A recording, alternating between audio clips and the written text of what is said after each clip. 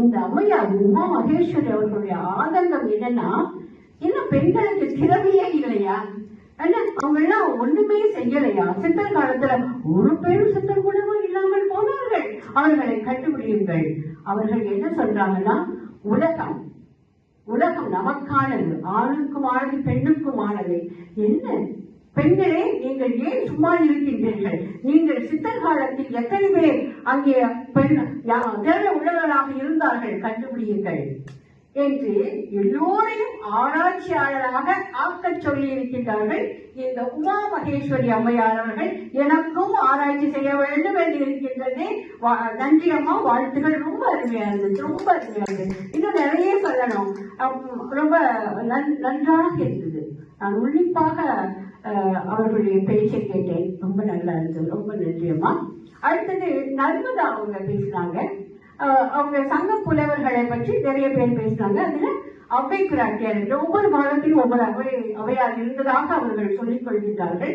அவற்றிலே அவர்கள் பேசியது, அவையார் இளைஞராக தூதுக்கு போனாங்க. அந்த மாதிரி எல்லாம் கனிகள் பெற்றாங்க. கனிகளை கொண்டு அதிகமானது கொடுத்தாங்க. அந்த மாதிரி சிறப்பா ஒரு சிறு பெண் அவள் இப்பொழுதுதான் கல்லூரியில் 1ஆம் ஆண்டு 2ஆம் ஆண்டு இருப்பாள் என்று அவளுடைய பேச்சிலிருந்து தெரிந்தது.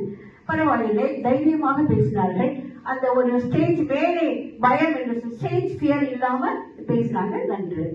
அடுத்தது 3வது யார் பேசினார்கள்னா, அவர்களுடைய பெயர் எனக்கு அவ்வளவு தெரியல.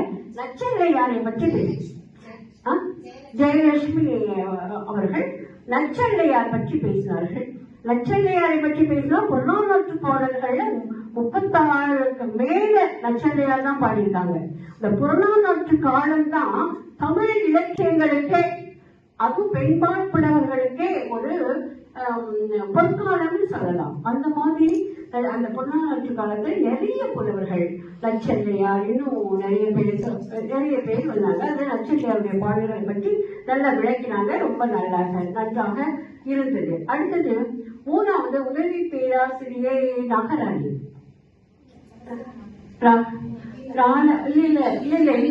இன்னும் பேசினாங்க. இன்னும் ஒரு நிமிஷம்.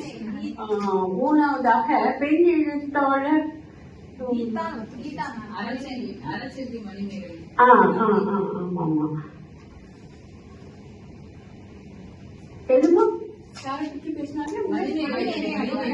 மணிமேகலை என்பவர்கள் பேசினாங்க.